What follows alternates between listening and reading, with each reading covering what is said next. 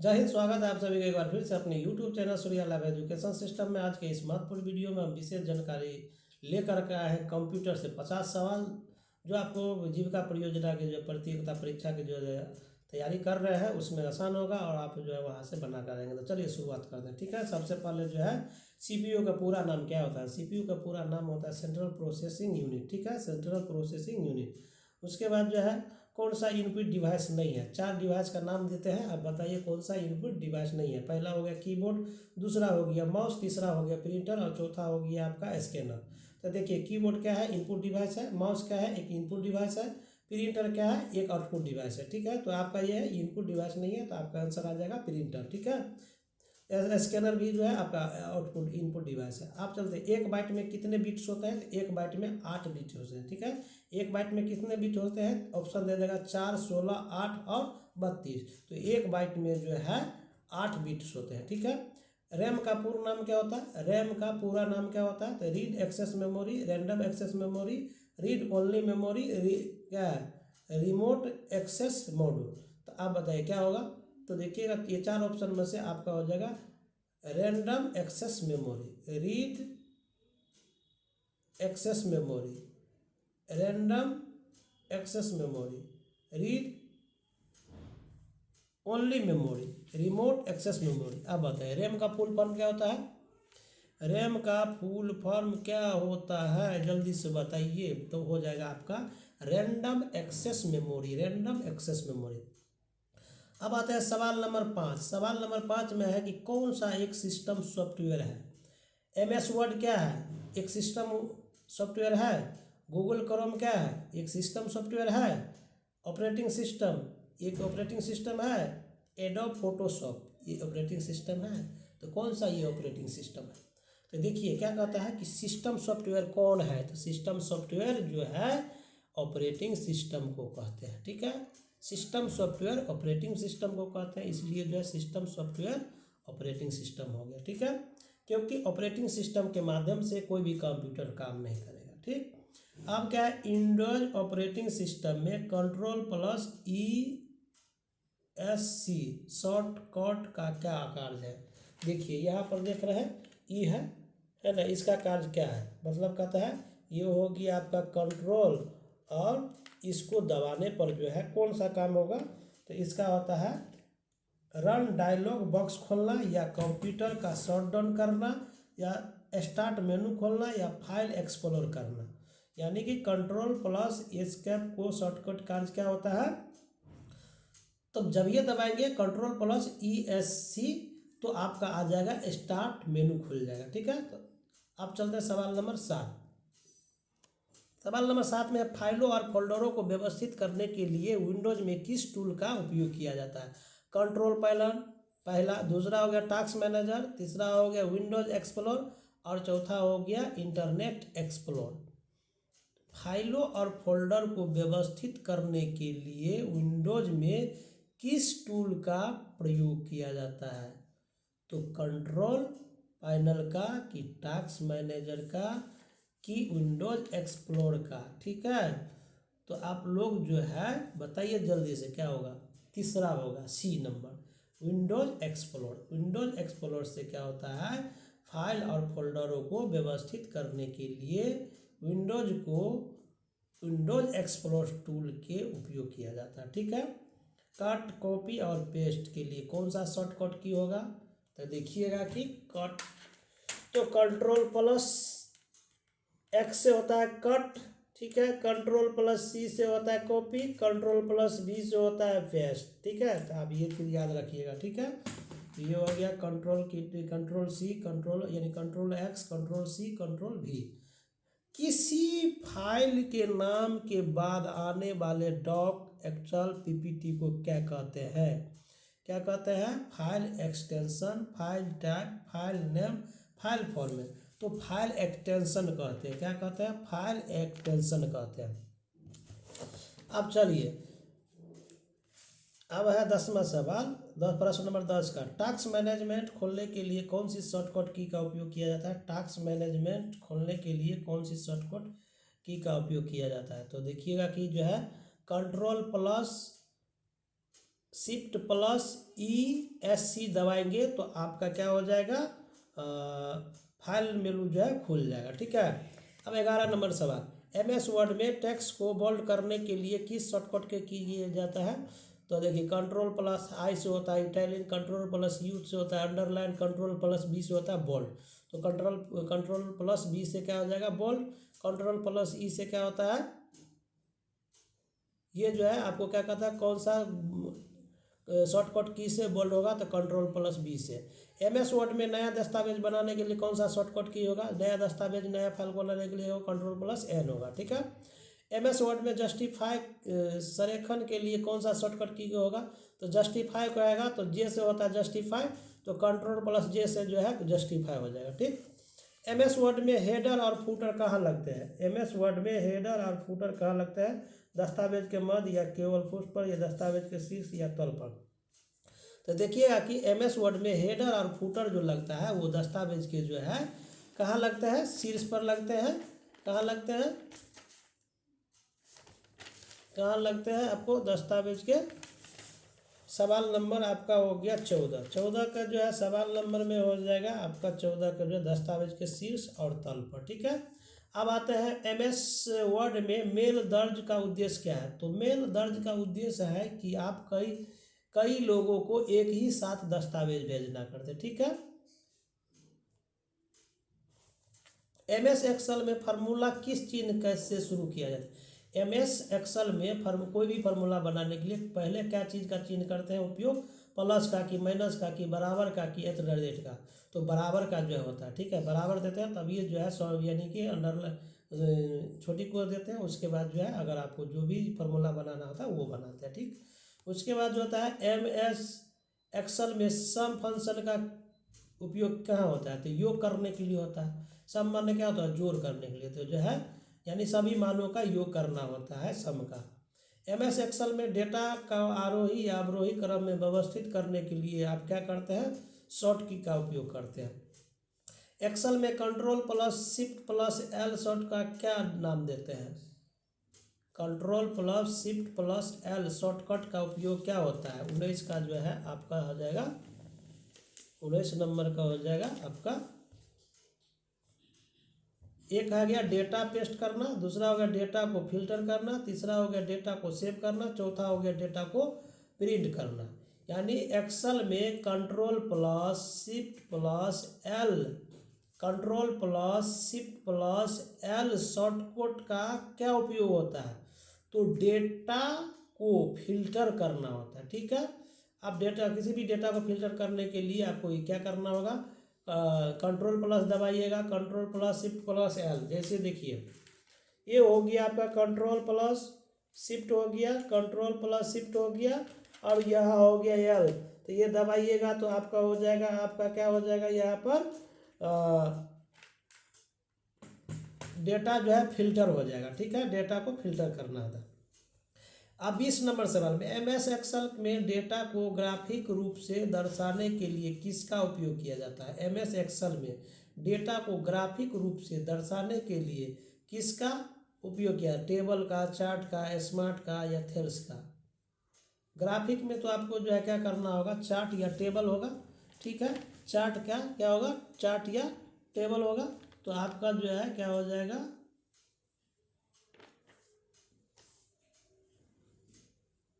Chart हो जाएगा। यानी कि MS एक्सेल में देखिए, एक्सेल में क्या होगा, सवाल नंबर 20 में क्या है कि MS एक्सेल में डेटा को ग्राफिक रूप से दर्शाने के लिए किसका उपयोग किया जाता है। यानी कि डेटा को ग्राफिक रूप से दर्शाने, यानी कि कोई भी डेटा को अगर ग्राफ रूप से दर्शाते हैं तो वो किसका उपयोग करते हैं। एक तो हो गया टेबल का, दूसरा हो गया चार्ट का, तीसरा हो गया स्मार्ट आर्ट का, और चौथा हो गया शेप्स का। तो देखिए कोई भी चीज़ का ग्राफ को जो है ग्राफिक द्वारा हम दर्शाते हैं तो सबसे पहले क्या करते हैं, हम चार्ट बनाते हैं। चार्ट के माध्यम से हम उस ग्राफ को दर्शाते हैं। ठीक है, तो यह हो जाएगा चार्ट। MS पावर पॉइंट में एक नई स्लाइड जोड़ने के लिए कौन सी शॉर्टकट कुंजी है कंट्रोल प्लस एन, दूसरा हो गया कंट्रोल प्लस एस, तीसरा हो गया कंट्रोल प्लस पी और चौथा हो गया कंट्रोल प्लस एम।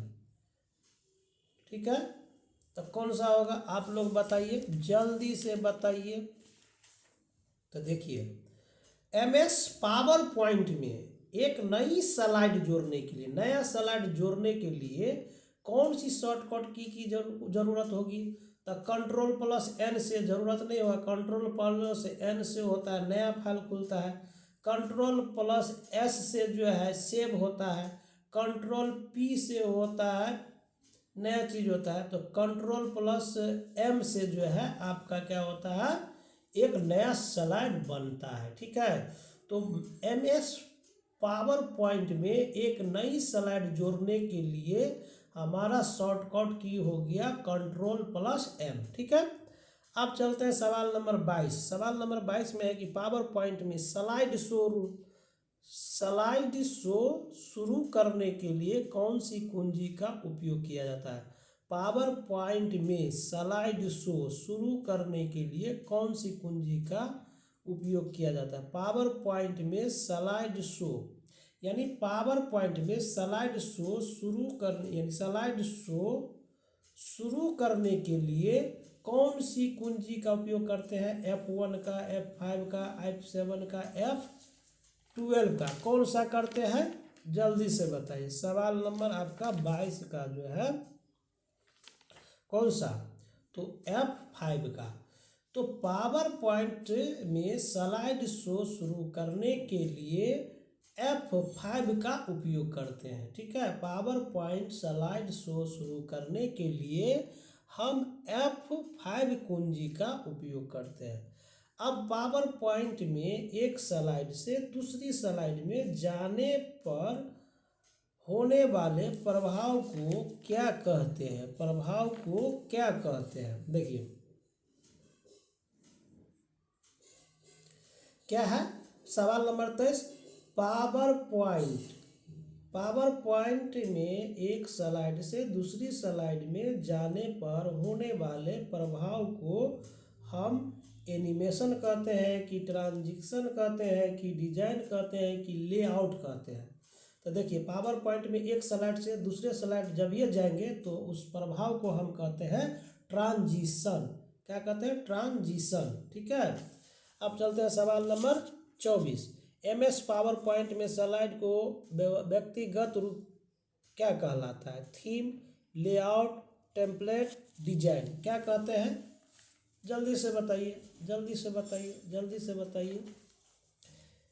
देखिए MS पावर पॉइंट में स्लाइड को व्यक्तिगत रूप से क्या कहलाता है? थीम कहलाता है। क्या कहलाता है? थीम कहलाता है। पावर पॉइंट में डुप्लीकेट स्लाइड बनाने के लिए कौन सी शॉर्टकट की जरूरत होती है? कौन सी शॉर्टकट की जरूरत होती है? कौन सी शॉर्टकट की जरूरत होती है?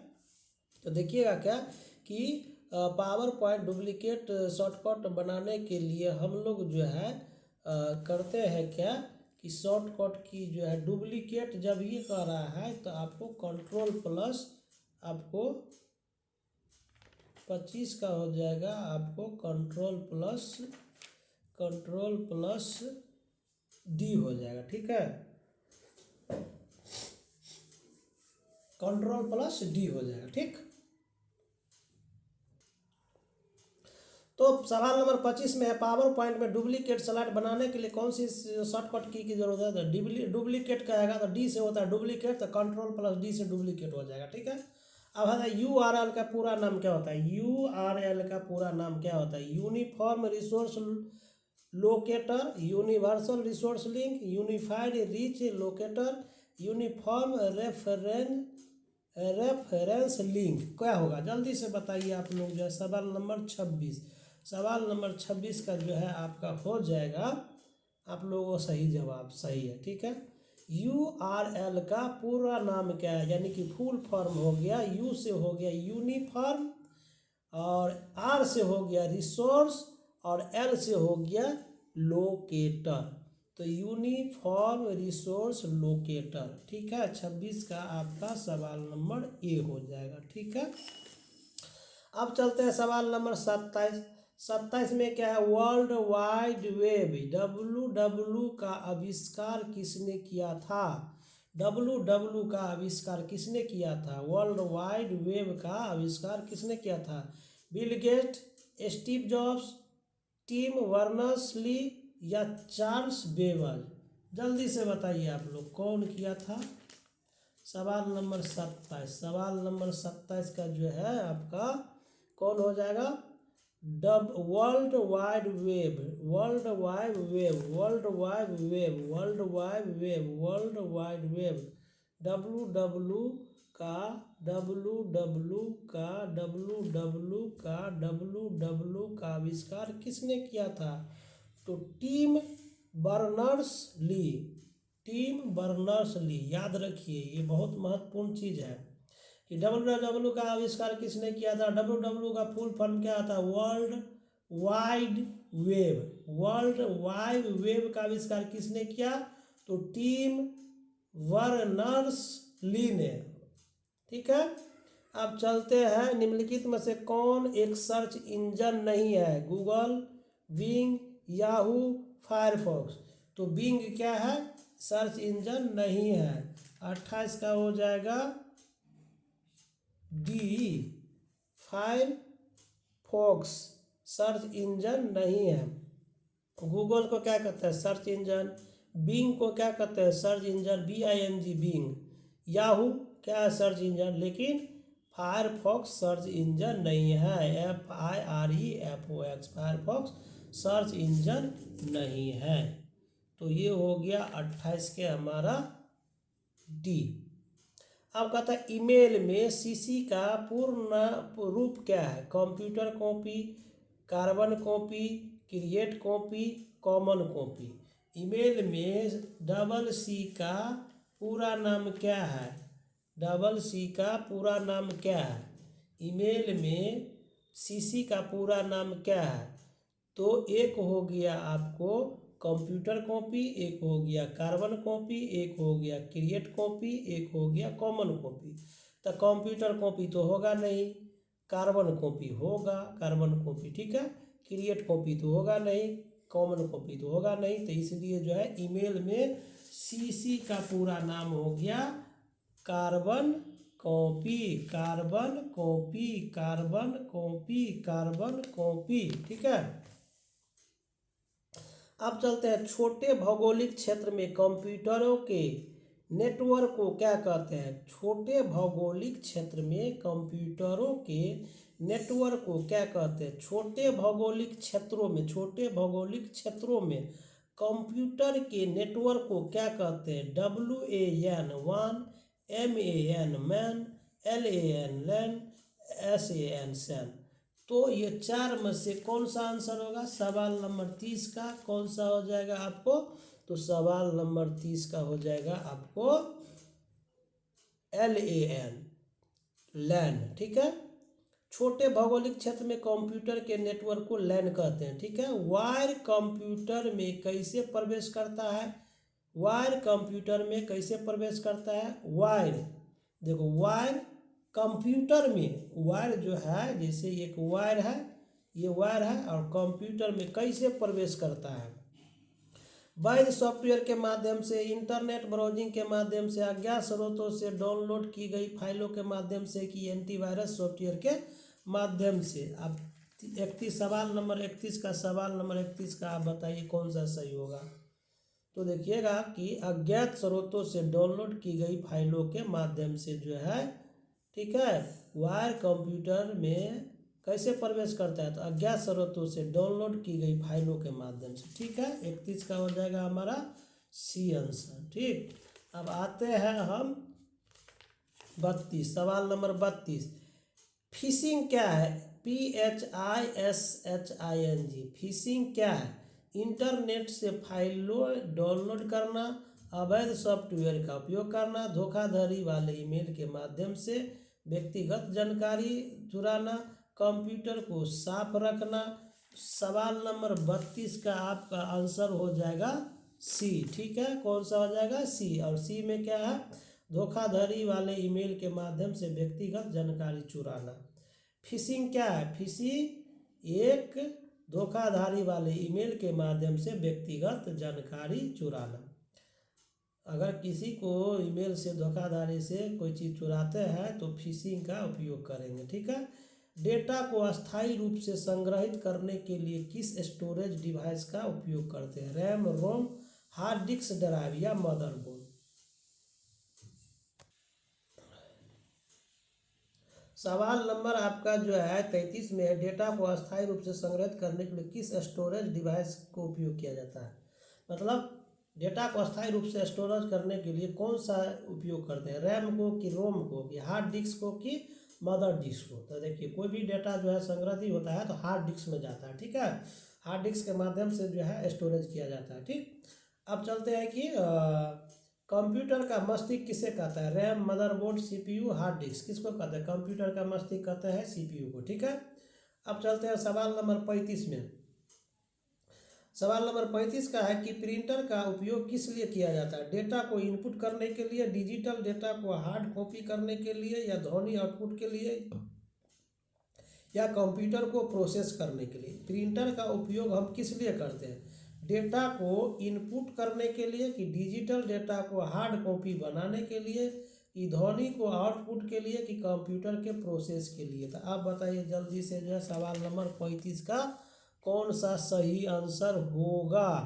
तो सवाल नंबर 35 का हो जाएगा आपको डिजिटल डेटा को हार्ड कॉपी बनाने के लिए, ठीक है। हम लोग जब प्रिंटर का उपयोग करते हैं तो क्या करते हैं? डिजिटल डेटा को हार्ड कॉपी बनाने के लिए, यानी उस कंप्यूटर से जो निकालते हैं वो हार्ड कॉपी। मान के चलिए हम कंप्यूटर में कोई टाइप कर दिए, जब वो प्रिंटर के माध्यम से निकला तो ये हो गया हमारा हार्ड कॉपी, ठीक है, ठीक है। तो अब चलते हैं कि 36 सवाल नंबर 36 में MS वर्ड में अंडू के लिए कौन सी शॉर्टकट की का उपयोग किया जाए? अंडू के लिए तो Ctrl+Z, ठीक है।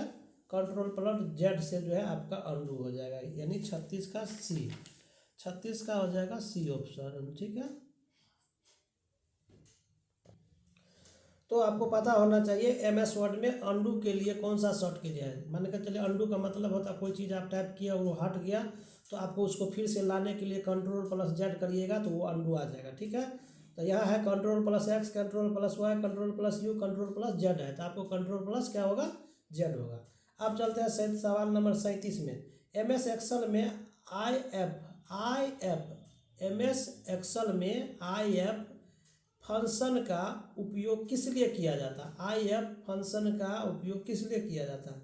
दो मानों का योग करने के लिए, एक शर्त की जांच करने के लिए, औसत निकालने के लिए, डेटा को शॉर्टकट करने के लिए। तो देखिएगा MS एक्सेल में IF फंक्शन का उपयोग जो है एक शर्त की जांच करने के लिए किया जाता है। तो सही आंसर होगा एक शर्त की जांच करने के लिए। IF फंक्शन होता है एक शर्त की जांच करने के लिए, ठीक है। अब आते हैं सवाल नंबर आपको 38। MS पावर पॉइंट में एनिमेशन का उपयोग किस पर होता है? स्लाइड पर होता है, कि ऑब्जेक्शन पर होता है, कि पूरे प्रेजेंटेशन पर होता है, कि केवल टेक्स्ट पर होता है? 38 का जो है आप लोग सही सवाल का आंसर दीजिए। तो होता है ऑब्जेक्ट पर होता है, ठीक है। MS पावर पॉइंट में एनिमेशन का उपयोग जो है ऑब्जेक्ट पर होता है। क्या होता है? ऑब्जेक्ट पर होता है। निम्नलिखित में से कौन सा एक ओपन सोर्स ऑपरेटिंग सिस्टम है? Windows, Mac OS, Linux, iOS। तो iOS क्या होता है कि मोबाइल में जो है उपयोग किया जाता है, ठीक है। लिनक्स जो है आपको हो गया कौन मोबाइल है? एप्पल मोबाइल के लिए, एप्पल कंप्यूटर के लिए हो गया। और मैक OS, ठीक है। मैक OS आपका हो गया, आपका क्या कहता है ओपन सोर्स सिस्टम कौन है? निम्नलिखित में से कौन एक ओपन सोर्स सिस्टम है? तो आपको लिनक्स एक हो गया। लिनक्स क्या है? ओपन सोर्स सिस्टम है। लिनक्स क्या है? ओपन सोर्स सिस्टम है। Ctrl+P शॉर्टकट कुंजी का उपयोग किस लिए करते हैं? तो पेस्ट करने के लिए, कि प्रिंट करने के लिए, कि फाइल खोलने के लिए, कि फॉन्ट बदलने के लिए? तो देखिए Ctrl+P से होता है आपका प्रिंट करने के लिए, ठीक है। Ctrl+P से होता है 40 का आपका हो जाएगा बी आंसर। ठीक है, सबसे बड़ी डेटा स्टोरेज इकाई कौन सी है? गीगाबाइट, मेगाबाइट, टेराबाइट और किलोबाइट। मतलब सबसे बड़ी डेटा स्टोरेज को इकाई क्या होता है? सबसे बड़ी डेटा स्टोरेज की इकाई क्या होता है? तो आप बताइए कि होता है टेराबाइट। क्या होता है? टेराबाइट। टेराबाइट होता है। ठीक है, सबसे बड़ी डेटा स्टोरेज इकाई कौन सी है? गीगाबाइट यानी जीबी, मेगाबाइट की एमबी, की टीबी यानी टेराबाइट की केबी। तो देखिएगा कि जो है टेराबाइट होता है। ठीक है, टेराबाइट। अब चलते हैं कि कंप्यूटर की प्राथमिक मेमोरी कौन सी है? Hard disk, pen drive, RAM या रोम या सीडी रोम? अब जल्दी से बताइए, चार ऑप्शन है। कंप्यूटर के प्राथमिक मेमोरी कौन सी है? कंप्यूटर के प्राथमिक मेमोरी कौन सी है? तो कंप्यूटर के प्राथमिक मेमोरी रैम रोम होता है। ठीक है, रोम में संग्रहित डेटा को क्या कहते हैं? वेलेटाइज कहते हैं कि नॉन वेलेटाइज कहते हैं कि टेम्परेरी कहते हैं कि डायनामिक कहते हैं? ठीक है, सवाल नंबर 43। सवाल नंबर 43 का हो जाएगा आपका नॉन वोलेटाइज। ठीक है, नॉन वोलेटाइज। कैश मेमोरी क्या होता है? कैश मेमोरी क्या होता है? एक वीवो मेमोरी होता है, एक बहुत ही तेज मेमोरी है, तीसरा है सेकेंडरी स्टोरेज, चौथा है एक इनपुट डिवाइस। तो आपको 44 का हो जाएगा आपका एक बहुत ही तेज मेमोरी। कैश मेमोरी को हम एक बहुत ही तेज मेमोरी कहते हैं। सॉलिड स्टेट ड्राइव क्या है? सॉलिड स्टेट ड्राइव क्या है? एक इनपुट डिवाइस है, एक प्रकार का प्रिंटर है, कि एक अस्थाई स्टोरेज डिवाइस है, कि एक ऑपरेटिंग सिस्टम है? तो 45 का हो जाएगा आपका एक अस्थाई storage device. Solid state drive क्या है? एक अस्थाई स्टोरेज डिवाइस। अब क्या है? HTTP का पूरा नाम क्या है? Hyper text transfer protocol, hyper link text protocol, higher text transfer protocol, hyper link terminal protocol. तो 46 का आपका आंसर हो जाएगा hyper text transfer protocol. HTTP का जो है पूरा नाम होता है, H से होता है हाइपर, T से होता है टेक्स्ट, फिर जो है T से होता है ट्रांसफर और P से होता है प्रोटोकॉल। ठीक है, तो HTTP का पूरा नाम क्या हो गया? Hyper text protocol, hyper text transfer protocol. ठीक है, अब चलते हैं कंप्यूटर के पांचवी पीढ़ी किस तकनीकी पर आधारित है? सवाल नंबर 47 को हो गया कि कंप्यूटर की पांचवी पीढ़ी किस तकनीकी पर आधारित है? कंप्यूटर के पांचवी पीढ़ी किस तकनीकी पर आधारित है? तो आपका पहला हो गया आपका ट्रांजिस्टर इंटीग्रेट सर्किट, उसके बाद तीसरा हो गया आपको माइक्रो प्रोसेसर, और चौथा हो गया आर्टिफिशियल इंटेलिजेंस। ठीक है, तो आपका 47 का कौन सा आंसर होगा? आप लोग सही सही आंसर दीजिए। ठीक है, तो 47 का हो जाएगा आर्टिफिशियल इंटेलिजेंस। ठीक है, कंप्यूटर के पांचवी पीढ़ी आर्टिफिशियल इंटेलिजेंस तकनीक पर आधारित है। ठीक है, अब चलते हैं कि 48 नंबर, कंप्यूटर में डेटा को किस रूप से संग्रहित किया जाता है? बाइनरी से, कि दशमलव से, कि ऑक्टल से, अष्टक से, कि हेक्साडेसिमल से? तो आपको 48 का जो है सवाल का जो है आंसर हो जाएगा बाइनरी से। कंप्यूटर में डेटा को किस रूप से संग्रहित किया जाता है? तो बाइनरी से। क्या चीज़ से? तो बाइनरी से। क्या चीज़ से? तो बाइनरी से। क्या चीज़ से? तो बाइनरी से। ठीक है, अब है कि सवाल नंबर 49, कंट्रोल पैनल का उपयोग किस लिए किया जाता है? तो कंट्रोल पैनल का उपयोग किस लिए किया जाता है? पहला है कंप्यूटर को बंद करने के लिए, फाइलों को बनाने के लिए, तीसरा हो गया सिस्टम सेटिंग के बदलने के लिए, इंटरनेट ब्राउज करने के लिए। तो 49 का हो जाएगा आपका सिस्टम सेटिंग को बदलने के लिए। कंट्रोल पैनल का उपयोग किस लिए किया जाता है? तो कंट्रोल पैनल का उपयोग सिस्टम सेटिंग को बदलने के लिए किया जाता है। अब लास्ट सवाल है 50 का, एक वेब ब्राउज़र क्या होता है? एक वेब ब्राउज़र क्या होता है? पहला एक हार्डवेयर डिवाइस, दूसरा इंटरनेट पर जानकारी खोजने के टूल, तीसरा, एक सॉफ्टवेयर प्रोग्राम जो वेब पेजों को प्रदर्शित करता है। डी, एक ऑपरेटिंग सिस्टम। चौथा हो गया ऑपरेटिंग सिस्टम। तो कौन सा सही होगा? सवाल क्या है, एक वेज ब्राउज क्या है? एक वेज ब्राउज क्या है? तो एक सॉफ्टवेयर प्रोग्राम जो वेब पेजों को प्रदर्शित करता है। ठीक है, तो आज के वीडियो में आपने 30 मिनट में 50 प्रश्नों का हल देख लिया है। आशा करते हैं कि ये 50 में से 5 जरूर रहेगा। तो आज के वीडियो में इतना ही। जय हिंद, जय जीविका, जय भारत, वंदे मातरम। भारत माता की